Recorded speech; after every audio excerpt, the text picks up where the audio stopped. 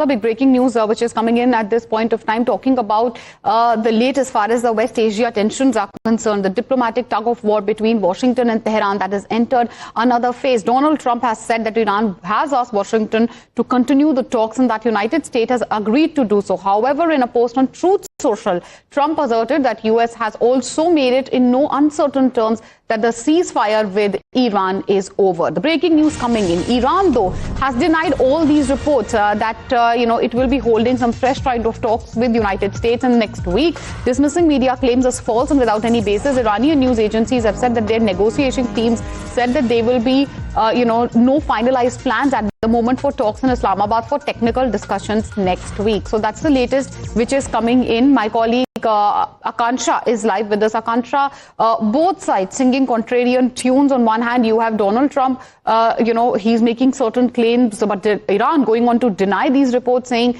that there is unlikely that there will be any sort of diplomatic breakthrough or talks.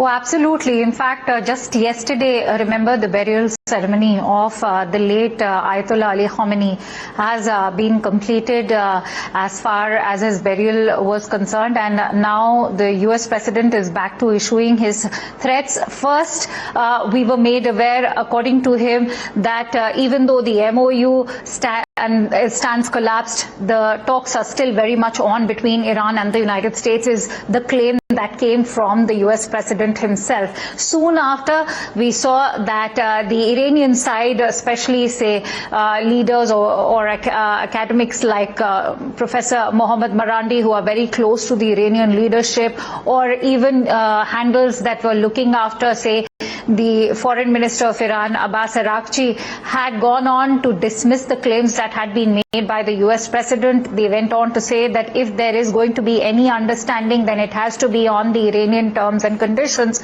and that the US president can go ahead and make whatever remarks he has to. And soon after, just hours later, we've seen a fresh threat come out from the US president, where he's gone on to talk about how thousands of missiles... The threat which you are mentioning, that is the next breaking news. It's just lined up on the broadcast. Why don't you hold on to that thought? Viewers, let's take a look at this big breaking news coming in. Donald Trump, just as my colleague Akansha was, she was just alluding to the same. So let's talk about it in detail. Donald Trump has issued a fresh warning against Iran, claiming that thousands of US missiles are ready and aimed at the Islamic Republic of Tehran if it acts on alleged threats against him. In a post on Truth Social, Trump said, and let's read that post for our viewers. We've just opened it on our plasma screens, viewers. This is what Donald Trump has had to say. About 1,000 missiles locked and loaded, aimed at Iran, with thousands and more immediately to follow should the Iranian government act on its threats pronounced in many corners of the globe to attempt to assassinate the sitting president of the United States of America. That is me. Orders have already been given. US military is ready, willing and able to do the same, completely decimate, destroy all areas of Iran. Praise, be to Allah. Now, President Donald Trump. This is President Donald Trump, Akansha, in his style. Once again, we've seen this type of threats, bluster coming in from Donald Trump's side. He's taken it a notch up, issuing a fresh warning against Iran, something which you were just alluding to. Oh, absolutely. He can be very whimsical, and this is a classic Donald Trump, what you can read in that post he sent out. But remember, he's been making these comments time and again that he can finish the job if he has to by sending troops on the ground, but he's not going to do so. The fact of the matter remains that he's very much aware that this is not going to be a possibility on ground zero. Why so? Because Iran has two very strategic bargaining chips at the moment, over which it has huge leverage. One, of course, as we all have seen, impacts the entire global economy, and that is the Strait of Hormuz. And second is that it is the US West Asian allies, whether it is Bahrain, Kuwait, Qatar, all of them have come in the line of fire, even in the first phase of the war, which began after the killing of the Ayatollah.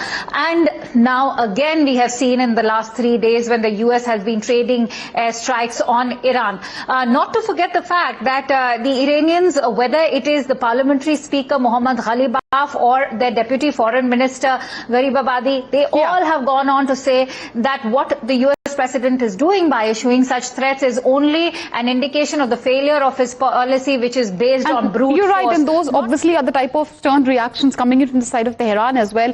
Akansha, hold on to that thought. We have a reaction also by Donald Trump, and that is our next breaking news, which is coming in viewers. Trump basically has said that he has left instructions for a massive military response if Iran were ever to succeed, as he has been claiming, in assassinating him. Reports suggest that Trump said Iran has wanted him dead for a long time, and warned that if anything was to happen to him, US should literally bomb them at levels they have never seen before. Statement coming after posters were raised at Ali Khamenei's funeral displaying "We will kill Trump" captions.